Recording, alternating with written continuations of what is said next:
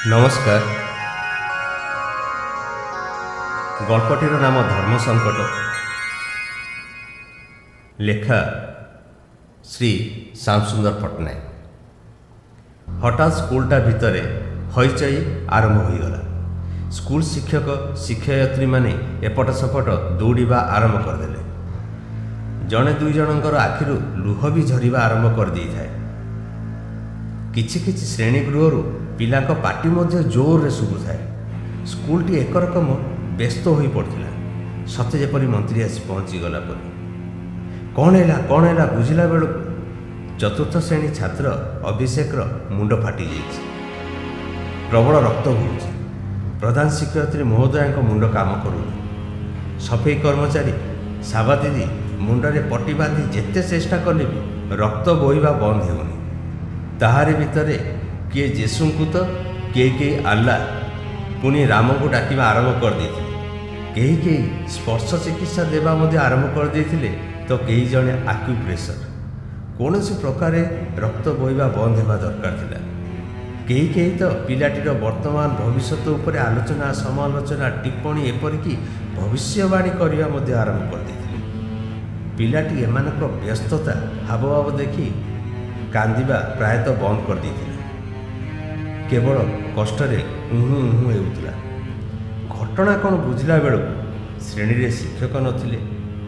ପିଲାମାନେ ପାଟି କରୁଥିଲେ। ପାଖ ଶ୍ରେଣୀର ଶିକ୍ଷକ ନଟ ସାର୍ ପିଲାଙ୍କୁ ବେଞ୍ଚ ଉପରେ ଛିଡ଼ା କରାଇଦେଇଥିଲେ। ପିଲା ବେଞ୍ଚ ଉପରେ ଠେଲାପେଲା ହେବାରୁ ଅଭିଷେକ ତଳେ ପଡ଼ିଯାଇଥିଲା। ଡେସ୍କ ଧାରରେ ବୋଧହୁଏ ମୁଣ୍ଡଟି ବାଡ଼ି ହୋଇଯିବାରୁ ମୁଣ୍ଡଟି ଫାଟିଯାଇଥିଲା। ଘଟଣାଟି ପରେ ଅଭିଷେକ ଅପେକ୍ଷା ତା'ର ଅଭିଭାବକ ଓ ସରକାରଙ୍କ ଚିତା ପ୍ରଧାନ ଶିକ୍ଷୟିତ୍ରୀ ଏବଂ କିଛି ଶିକ୍ଷକ ଶିକ୍ଷୟିତ୍ରୀଙ୍କୁ ଜୋରରେ ଘାରିଥିଲା। ଜଣେ ସାର୍ ଅଭିଷେକର ପରିବାର ବନ୍ଧୁଙ୍କ ଇତିହାସ ଆରମ୍ଭ କରିଦେଇଥିଲେ, ଯଥା ତାଙ୍କ ବାପା ଅମୁକ, ତାଙ୍କ ଦାଦା ସମୁକ, ତାଙ୍କର ଜଣେ ସମ୍ପର୍କୀୟ ସାମ୍ବାଦିକ ଅଟନ୍ତି, ସେମାନେ କଦାପି ଚୁପ୍ ରହିବେନି, ଇତ୍ୟାଦି ଇତ୍ୟାଦି। ଏକଥା ସେ ନିଜ ବାଉସ୍ଫୋଟ ଦେଖାଇବାକୁ ନା ଅନ୍ୟମାନଙ୍କୁ ଡରାଇବାକୁ, ତାହା ତ ସେ ନିଜେ ଜାଣିଥିଲେ। ପ୍ରଧାନ ଶିକ୍ଷୟିତ୍ରୀ ଏମିତି ବି ସରଳ ସ୍ୱଭାବର। ସିଏ କ'ଣ କହିବେ କ'ଣ କରିବେ କିଛି ଜାଣିପାରୁନଥାନ୍ତି। ଏପଟେ ଶିକ୍ଷା ସଚିବ ସ୍କୁଲ କାନ୍ଥରେ toll free student helpline number ଲେଖାଇ ଦେଇଛନ୍ତି। ଯଦି କେହି ଫୋନ୍ କରିଦିଏ ତେବେ କଥା ସରିଲା। ଏମିତି ତ ଶୃଙ୍ଖଳା ନାମରେ ସବୁ ପ୍ରକାରର ବିଶୃଙ୍ଖଳା ଲାଗି ରହିଛି ସବୁଆଡ଼େ। ଶିକ୍ଷକ ଶିକ୍ଷୟିତ୍ରୀଙ୍କ ଡ୍ରେସ୍ କୋଡ଼୍ ଲାଗୁ କରି ସମସ୍ତଙ୍କର ଡ୍ରେସ୍ ସଉକକୁ ମାରି ଦେଇଛନ୍ତି। ତେଣୁ ସମସ୍ତେ ପ୍ରାୟ ଚିଡ଼ଚିଡ଼ା ସ୍ୱଭାବର ହୋଇଯାଇଛି। କାର୍ଟିଏ ଆସି ଅଟକିଲା। ଡକାଯାଇଥିଲା କାର୍ଟିକୁ। ମିଳିମିଶି ଟେକି ନେଇଗଲେ ଅଭିଷେକକୁ। ସାଙ୍ଗରେ ଗଲେ 2-4 ଜଣ ଶିକ୍ଷକ ଶିକ୍ଷୟିତ୍ରୀ। ରାସ୍ତାରେ ଆରମ୍ଭ ହୋଇଗଲା ସଲାସୁତରା। ପ୍ରଥମେ ଜଣେ ଆରମ୍ଭ କଲେ, ପରେ ଅନ୍ୟମାନେ ବୁଝାଇଲେ। ଦେଖ ବାବୁ ଅଭିଷେକ, ଡାକ୍ତର ପଚାରିଲେ କହିବୁ ଖେଳୁ ଖେଳୁ ପଡ଼ିଗଲେ, ବୁଝିଲୁ ତ? ଜମାରୁ କହିବୁନି ନଟ ସାର୍ ତମକୁ ଦଣ୍ଡ ଦେଇଥିଲେ ବୋଲି। ପିଲାଟି ନୀରବ। ଡାକ୍ତର, ପୋଲିସ, ନିଜ ବାପା ମା ଦାଦା ସମସ୍ତଙ୍କୁ କହିବୁ ଖେଳୁଥିଲୁ, ପଡ଼ିଗଲୁ, ବୁଝିଲୁ କି ନାହିଁ? ଅଭିଷେକ ବଲ କରି ଚାହିଁଥାଏ। ତୁ ଯଦି ସତ କଥା କହିଦେବୁ ସାର୍ ଦଣ୍ଡ ଦେଇଥିଲେ ବୋଲି, ତେବେ କ'ଣ ହେବ ଜାଣିଛୁ ତ? ଅଭିଷେକ ନୀରବ। ତୋର ବାପା ଦାଦା ତ ବହୁତ ରାଗି। ସେମାନେ ଆସି ସାର୍ଙ୍କୁ ଗାଳି ଦେବେ, ବାଡ଼େଇ ମଧ୍ୟ ଦେଇପାରନ୍ତି। ତୋତେ କ'ଣ ସେଟା ଭଲ ଲାଗିବ? ପିଲାଟି କଷ୍ଟରେ ଆହା କଲା। କ'ଣ ହେଲା? ଆଉ ଟିକେ ଧୈର୍ଯ୍ୟ ଧର, ଡାକ୍ତରଖାନା ପାଖେଇ ଆସିଲେଣି। ଜଣେ ଏପଟ ସେପଟ କରି ଏକାଧାରରେ କହିଗଲେ। ଆଚ୍ଛା ଶୁଣ, ପୁଣି ଆରମ୍ଭ ହେଲା।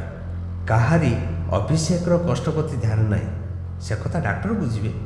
କହିଲେ ଯଦି ପୋଲିସ ଆସିବ ତେବେ ସାର୍ଙ୍କୁ ଜେଲକୁ ପଠାଇଦେବେ।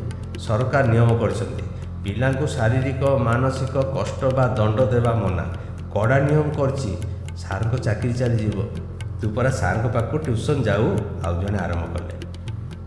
ସାର୍ ଅସୁବିଧାରେ ରହିଲେ ତୋତେ କ'ଣ ଭଲ ଲାଗିବ କହିଲୁ? ଅଭିଷେକ ଅନ୍ୟ ପଟକୁ ଚାହିଁଲା। ଏମିତି ଯଦି ହେବ ତେବେ ସାର୍ କେମିତି ବଞ୍ଚିବେ କହିଲୁ? ତେଣୁ ତୁ ଟିକେ ମିଛ କହିଦେ। ତୁ ଭଲ ହେଲା ପରେ ଆମେ ତୋତେ ସାର୍ଙ୍କୁ କହି, ପ୍ରଧାନ ଶିକ୍ଷୟିତ୍ରୀଙ୍କୁ କହି ଭଲ ମାର୍କ ଦେଇ ପ୍ରୋମୋଟେଡ଼ କରାଇଦେବୁ, ବୁଝିଲୁ? ଅଭିଷେକ ସବୁ ବୁଝିଲା ଭଳି ଏପଟ ସେପଟ ଚାହିଁ ମୁଣ୍ଡ ତଳକୁ କଲା। ଏପଟେ ରକ୍ତସ୍ରାବ ଯୋଗୁଁ ନିଜ ପୋଷାକର ରଙ୍ଗ ବଦଳି ଯାଇଥିଲା।